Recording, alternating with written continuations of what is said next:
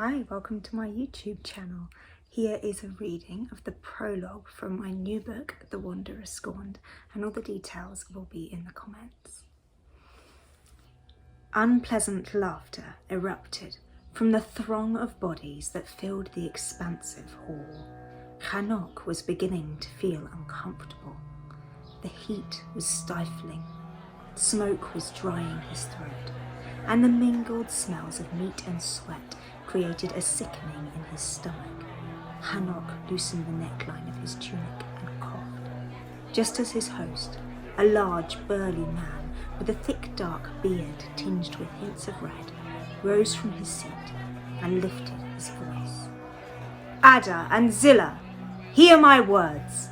You wives of Lamech, listen to what I say."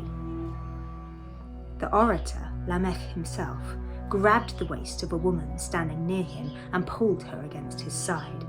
He spoke suggestively into her ear, which made her squirm. She was a fine-looking woman. Her skin, the colour of iron-rich clay, shone in the firelight, while jet-black hair plaited into several braids fell the length of her back.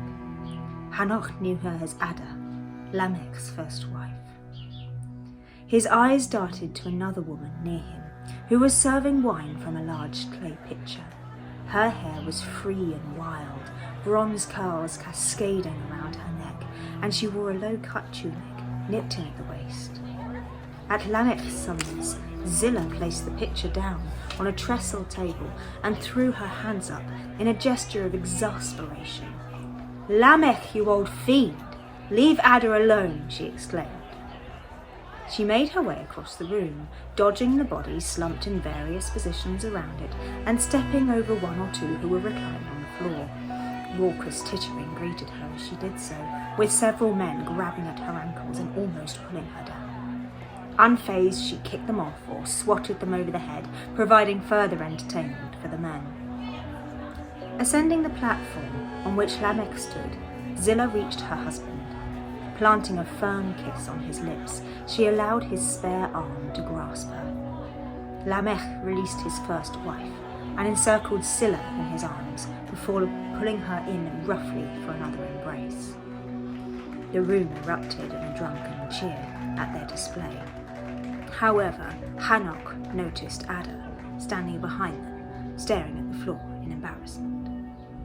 "That's better," Lamech proclaimed loudly. "Now I have the attention of both my beautiful wives and the rest of you despicable lot. I have an announcement to make." He stepped into the centre of the room, ensuring all eyes were trained on him, then lifted one arm in an oratory posture and spoke with a clarity that echoed through the hallways. "Ada and Zilla, hear my words. You wives of Lamech, listen to what I say. Today, this very day, I killed a man, merely for wounding me, and also his boy for striking me. If Cain is avenged sevenfold, then may Lamech be avenged 77-fold. There was a moment of shocked silence. Hanok stared aghast at Lamech. He knew his host had slipped into underhand measures in order to gain his current position in the city, but he never expected Lamech to brazenly admit to murder. Hanok's eyes scanned the room, waiting to see how the people would react. Several of the revellers were shifting uncomfortably or muttering under their breath, but some had begun to smile, even chuckle. The murmur was escalating into acceptance. Suddenly, a prominent member of the city elders stood and raised his cup. "To our fearless brother Lamech," he cheered. Then, as a mob follows its master, the majority decided Lamech's announcement was hilarious and erupted into hoots, laughter and catcalls.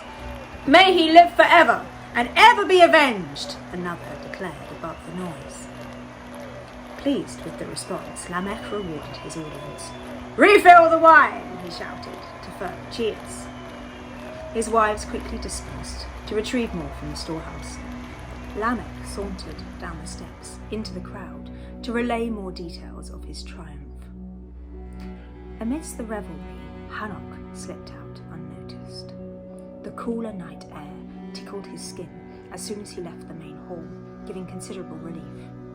Tiptoeing down some steps, he entered the dim corridor that led through the centre of Lamech's complex, trying to keep the slap of his leather sandals to a minimum. He then traversed several courtyards before reaching the guards watching at the gate. Hanok didn't need to say a word. His instruction was intuitively understood. A guard exited and returned a moment later with a saddled creature. Mounting it, Hanok rode out of the gateway, stealing into the darkness of the night. He quietly navigated the city, passing numerous dwellings belonging to his kinsfolk, which rose on either side of passageways cluttered with pots, pitchers, and animal fodder. As Hanok arrived at his own dwelling near the city gates, he hastily called an attendant, requesting a second animal. When it was brought, he hooked a rope around its face, grasping the other end in his free hand, then scratched the animal's stubbly forelock. It snorted, unhappy to have been roused from its slumber, but Hanok pushed on. Outside the city gate, he pressed his mount into a faster pace, forcing the second creature to keep up, and rode on until he reached the foot of a hillside. Then the two cloven-hooved animals picked their way up a narrow path until the mouth of a cave appeared. Hanok dismounted, secured the beasts together, and entered the cave. Inside, the remains of a simple meal sat alongside the dying embers of a fire. The embers gave just enough glow to reveal a man and woman lying huddled together under linen blankets and sheepskin. The man slept on his side, his head tucked under a folded arm. The other arm was draped over his wife. Hanok knelt next to the couple and gently placed his hand on the shoulder of the man below him. "Abba," he whispered, "wake up." There was a groan as he persisted in shaking his father's shoulder. "Abba, please wake." Drowsily, the man turned over and squinted, trying to make out features in the dark. "Hanok," he said at length, "what are you doing here?" "Abba, I'm sorry to wake you, but you need to come with me." "In the middle of the night? Why?" As the elderly man's arm lifted from her body, his wife began to stir. She groaned and rubbed the sleep from her eyes. "Hanok," his mother said pleasantly, on recognizing her son. "What a lovely surprise." She sat up and drew him into an embrace. Hanok was not a young man himself, and his back, doubly stiffened from his ride, clicked as he leaned into her. "Listen to you, you're getting old," she chuckled affectionately. "Sounds like you need to eat more fish." Hanok laughed. Trust his mother to always be thinking about such things. She was right, though. He was nearing his 700th winter, and although time had been good to him, there was no denying he was not as sprightly as in the youth of his first few centuries. Seeing no cause to delay the explanation of his unexpected quest, Hanok told his parents about the events that night in Lamech's house, urging them to return there with him. "Should I know this Lamech?" his father asked. "Lamech is the son of Methushael. He has become one of the most wealthy and influential people in the city," Hanok replied. I have no desire to visit that house, son. Methushael's people have wandered a long way from the truth. No good can come of me going there." "Abba, please reconsider. I believe they need to hear your story. Perhaps if they do, they shall turn from this evil." Hanok did not want his journey to have been in vain. "And what makes you think they shall listen to me?"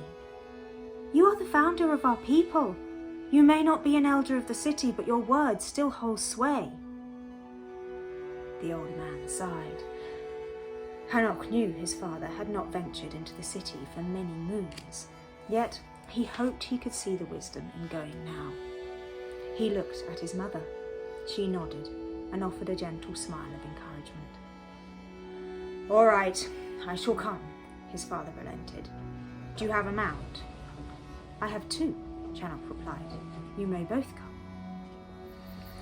Outside the cave they mounted the creatures. Hanok's mother was slight of build, so swung up behind her son and wrapped her arms around his waist.